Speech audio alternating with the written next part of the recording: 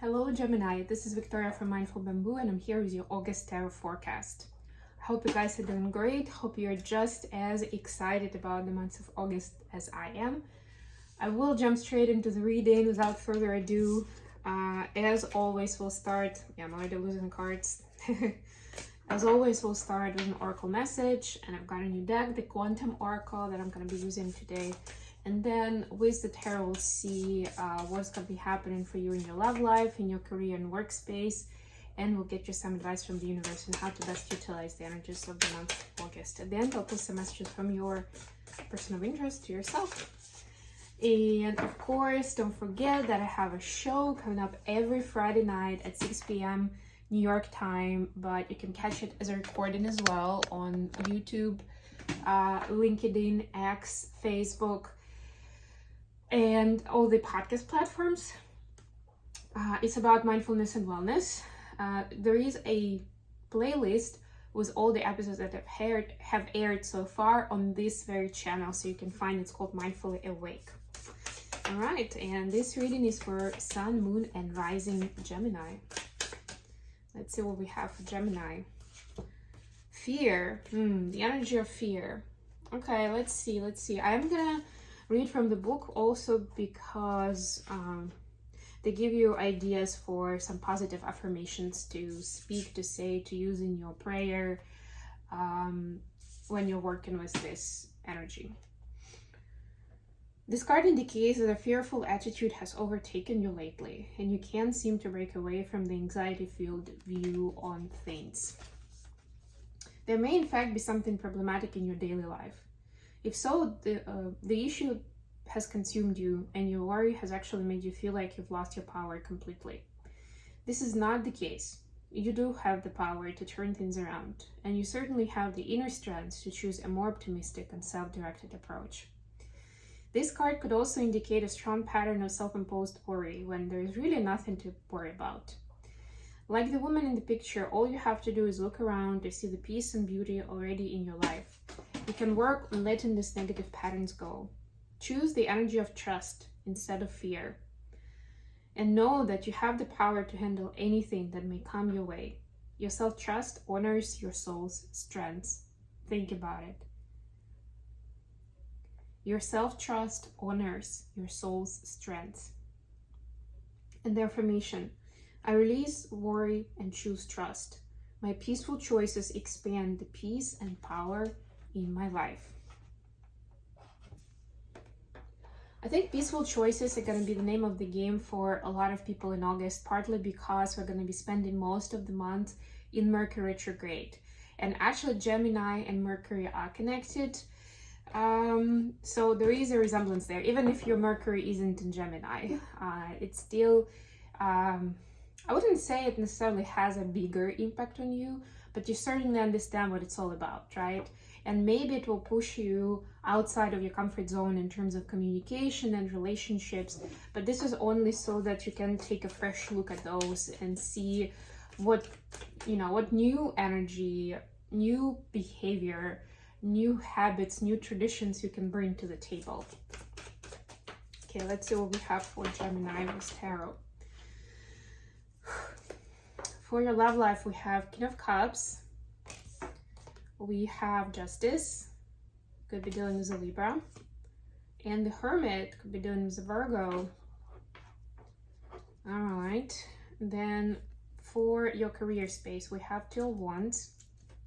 Sorry to fix the bracelet, it's bothering me. Two of Wands,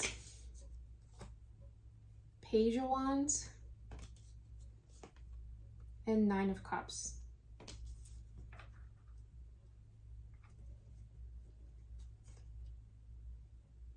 The Moon, for your advice, this corresponds to the Piscean energy. Seven of Wands,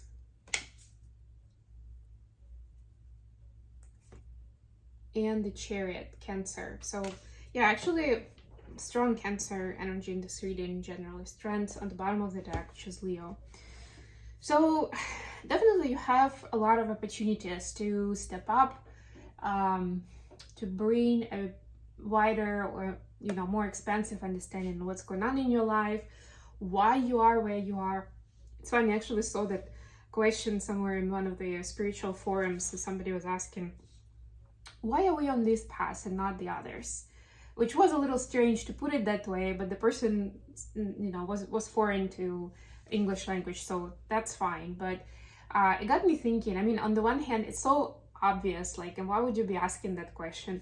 On the other hand, a lot of people don't really ask that question, right? And of course, the answer would very, very much depend on your belief system, on your philosophy, on your worldview, right? But generally, it's a good idea to be asking big questions, even if you've been avoiding them for a while, or you didn't really bother because it didn't matter to you. Somehow it didn't come up as something important, right? So this is that time, and it doesn't have to be just about your past and why you are exactly here and exactly who you are and what you're doing, right? It can be other things like what is love, what are the what is the glue and the connection between people, what is it all about really, right? Because I'm sure you can agree that sometimes we gel, we connect to people that are not even close to be, like us, right? And I mean, they say opposites attract, but there is a lot more to it than that, So figuring this out, that could be a topic. And if anything, Mercury retrograde is great for contemplation, for visiting, where you can bring in more peace and courage instead of fear. But that comes from a place of heart, because a lot of times the way that people display strengths could actually be coming from ego, and the source of the energy matters a lot. It will be a completely different frequency, completely different vibration, and as a result, different outcome. So anyways, for your relationship, I don't really see a lot going on here in terms of the dynamic with your person. You could be dealing with a water sign, actually, that's possibly older than you, or you have respect for them because they're very much collected and composed when it comes to feelings and emotions. Like, they don't break, they don't really, they don't have nervous breakdowns, they don't throw tantrums. They are very much reserved, collected, and wise or at least they don't show much emotion, right? Which sometimes may seem like a beneficial thing. So what I would say is that with these cards, there's going to be time and space for you to go within and find that inner peace within yourself. And of course, by all means, use this person as an inspiration. It doesn't have to be a romantic partner, by the way. It could be just somebody close to you, a close relationship. Use them as an inspiration. Talk to them, how they handle difficult situations. Maybe you have some examples where you remember that was devastating for you, but they handled it so well, right? And I'm not saying that the solution is not to display emotions, right? But definitely we first of all want to do it in a healthy way, right? In a balanced way that will not be detrimental to our health or to others. And of course, we want to be able to learn, right? To be able to learn about ourselves and see where do we go from here. Why do I react the way I do to certain situations, right? It's also about building boundaries. My latest episode of Mindfully Awake was about non-attachment and building boundaries. So that could be very important. And again, doesn't mean that you don't empathize or you can't relate, right? But it still helps you build that frame for yourself and find that peace and comfort even in very challenging times, or when things are going crazy around you, right? Maybe it's not even your situation, but oftentimes we can get sucked into those. And the same goes for any global issues that you may feel connected to.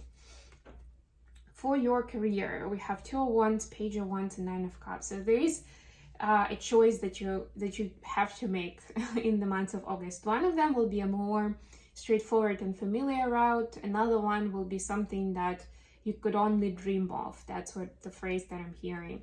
Some kind of wish come true, but you don't have a lot of faith in it. That's the problem. And that's why it's so difficult to make the choice in that direction. So choice is yours, of course. Just remember to look at the situation with fresh eyes, right? Ask your questions, maybe get additional information.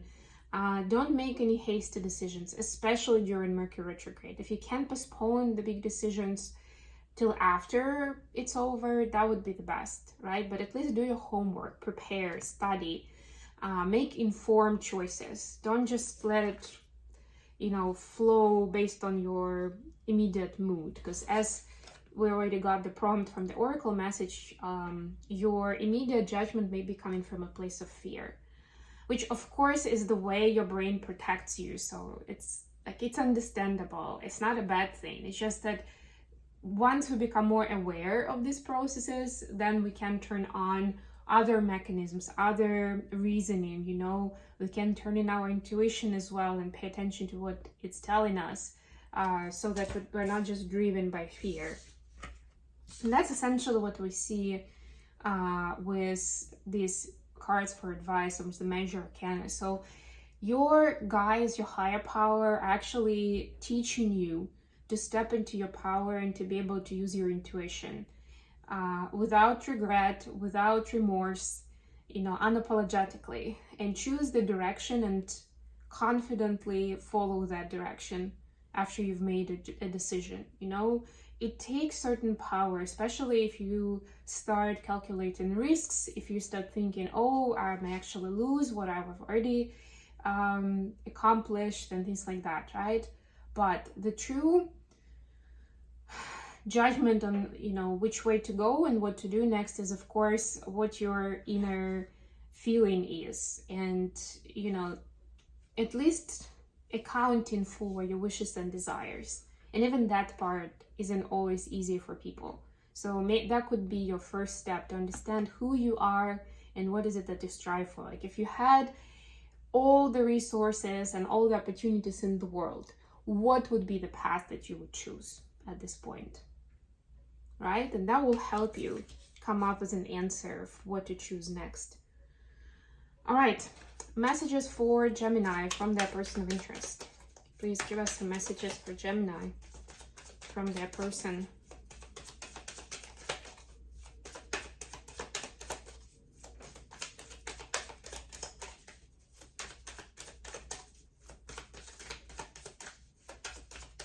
Come on. All right, we got the Hanged Man. Please clarify the Hanged Man. Thank you. Six of Cups. Wow. Your person definitely sees that the two of you are destined to be together. They very much appreciate, and immediately when I saw this card, I heard the message, you were there for me when nobody else would. You supported me through the darkest times of my life, right? And they appreciate it. They do feel like you're soulmates, that it's like you're, you know each other from previous lifetimes. So that's something they believe in. It's that deep, and they can see that, that's very special. So they have a lot of appreciation. They understand that you brought in a new perspective to their life as well, just like easily waltzed in, and they immediately started seeing a different way of doing things that they're used to, a different way of seeing life, different way of framing certain events. And they continue learning from you, Gemini. They continue being amazed of how amazing you are and how well you work together as a team. When I say work, I mean operate as a couple, you know what I mean.